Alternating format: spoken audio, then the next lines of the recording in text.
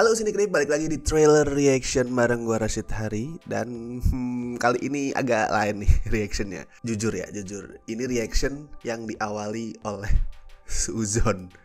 Karena awal itu gue denger ada film judulnya Air Mata di Ujung Sajadah. Gue langsung mikir, oh film religi nih, gak tertarik gue. Tuh awalnya gue mikir gitu. Terus gue lihat ada nama Ferry Nuril di cast-nya, jadi lead actor di situ. Gue mikir lagi, film poligami ini gue yakin, karena kan emang image-nya si Ferry Nuril gitu ya. Dia kayak hobi banget gitu menikah beberapa kali. Apalagi kalau main di film-film religi kayak Surga Yang Tak Dirindukan, Ayat-Ayat Cinta, tuh dia begitu semua. Dan apalagi posternya kayak gini, kayak seolah tuh si Ferry Nuril nikah sama Citra Kirana, terus kemudian nikah lagi sama Titi Kamal gitu. Jadi di kepala gue langsung mikirnya, oke, ini film religi dan film poligami. Ya udah, gue masukin lah reaction ini ke jadwal kontennya Sinekrip. Ngiranya kayak gue bisa ngomentarin soal film Indonesia nih yang hari gini masih aja tema-temanya poligami, ngangkat soal poligami gitu-gitu mulu. Nah awalnya gue niatnya kayak gitu man, udah pede banget tuh gue masukin ke jadwal. Dan begitu udah masuk jadwal baru gue cari info soal filmnya. Nah itu kesalahan gue tuh di situ. Maksudnya gue riset dulu baru gue masukin ke jadwal. Nah ternyata bukan tentang poligami kawan-kawan. Jauh dari pemikiran gue. Bukan soal poligami, ternyata nggak ada poligaminya. Tapi karena terlanjur gue masukin jadwal, ya udah tetap gue bikin kali ini. Oke, reaction untuk trailernya Air Mata di Ujung Sajadah. Baiklah. Tapi ngeliat orang-orang yang terlibat sebenarnya lumayan loh. Lu ngeliat cast-nya tuh oke semua. Selain trio tadi, trio Ferry Nuril, Titi Kamal sama Citra Kirana, ada beberapa nama senior. Yang pertama Tuti Kirana tuh, itu salah satu aktris senior yang gue paling suka. Salah satu aktris senior yang mungkin kalau di kalangan penonton awam itu agak underrated gak sih? Kalau penonton awam mungkin dengar nama aktris senior yang di kepala mereka keluar pertama ya Sebangsa Widiawati gitu, karena lumayan sering nongol gitu. Tapi kalau Tuti Kirana mungkin kalau penonton awam gak terlalu banyak tahu. Padahal aktingnya gak kalah bagus. Gak sesering itu nongol di film, tapi tiap main selalu kuat. Dan satu lagi nama senior yang ada di sini adalah Yenny Rahman. Itu lebih wow lagi gue ngeliat nama Yenny Rahman di sini. Itu udah lama banget loh Yenny Rahman gak main film. Seingat gue, dia tuh terakhir main film di Bawah Lindungan Ka'bah, which is tahun 2011, alias udah 12 tahun vakum. Tapi FYI, Yenny Rahman ini dulu di masa kejayaannya itu termasuk salah satu aktor dan aktris yang disebut The Big Five.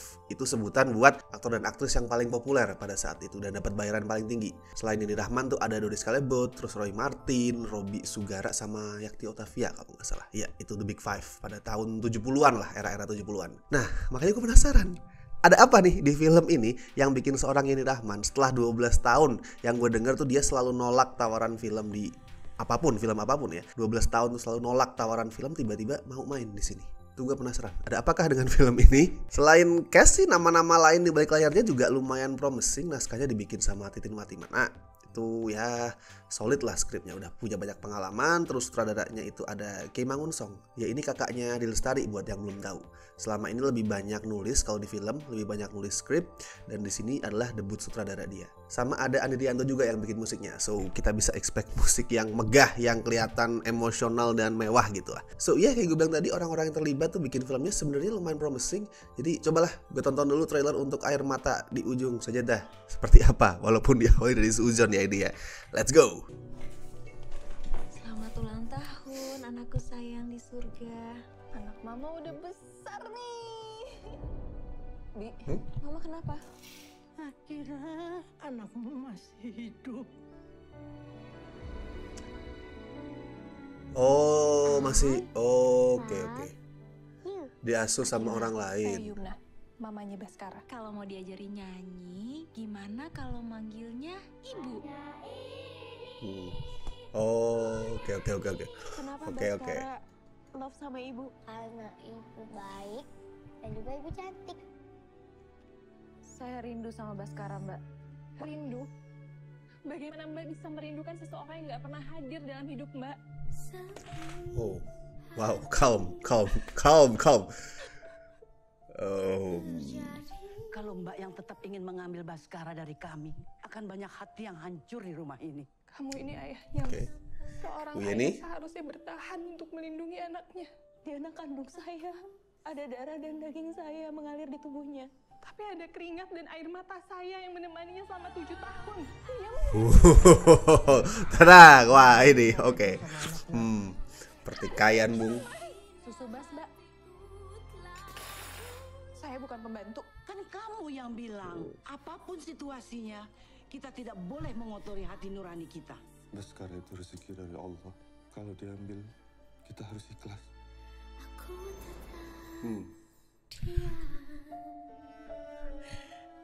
Kemana semua ini akan berakhir, Bu? Oh, 7 September. Oke. Baik.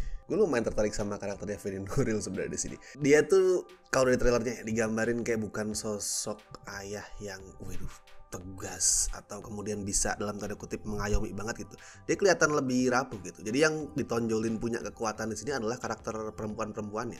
Si Citra Kirana, istrinya Feni Nuril, sama si Titi Kamal. Sedangkan Feni Nuril tuh digambarin sebagai sosok yang nggak buruk sebenarnya, tapi kayak oke, dia tuh ragu untuk berbuat ini, untuk berbuat itu. Itu menarik, itu dinamika apa ya?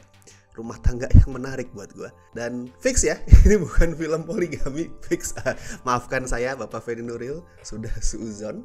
Tapi setelah gue nonton trailernya, bukan cuma ini bukan film poligami, tapi tema yang diangkat juga surprisingly lumayan menarik loh. Gak sebatas cerita keluarga tearjerker biasa, walaupun tetap jadi tearjerker ya, dengan aroma-aroma islami, walaupun gak bisa dibilang film religi juga, cuman karakternya rajin sholat gitu. Tetap ini film tearjerker, tapi dilema yang muncul dari drama keluarganya itu masih jarang diangkat di film kita. Film kita banyak yang angkat soal cerita dilema di antara dua pilihan tuh udah banyak. Tapi mostly kan romance ya, misal cinta segitiga pas pacaran, atau kalau lebih dewasa ya, well kayak gue bilang tadi poligami gitu.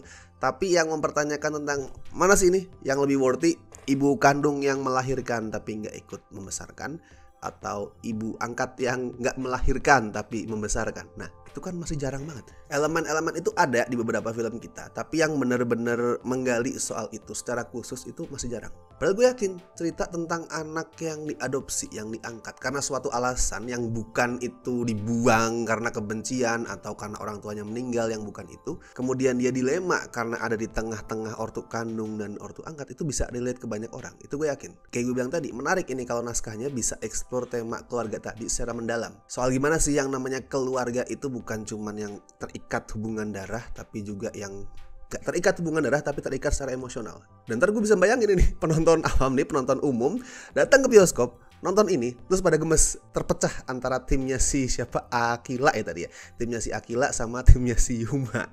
Itu gue bisa membayangkan itu sebelum akhirnya nanti disadarin kalau oke, keduanya ya emang sosok ibu yang sama-sama mencintai si anak. Ya ternyata suzon gue berujung positif ya.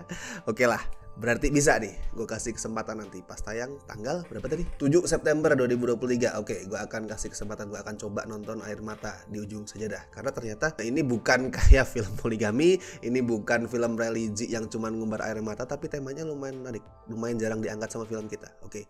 So, coba kita cek besok tanggal 7 September. Tapi kalau menurut lu gimana setelah nonton trailernya? Apa reaksi pertama yang nongol di kepala lu? Bisa lu tulisin semua itu di kolom komentar. Bebas tuliskan apapun, berpendapat apapun. Dan seperti biasa gue ingetin, jangan lupa like video ini, subscribe Cinecrip, dan misalkan pengen ngebantu kami dengan kasih donasi seikhlasnya, as always bisa klik tombol super thanks di bawah. So, gue Rashid Hari, sampai ketemu di trailer reaction berikutnya.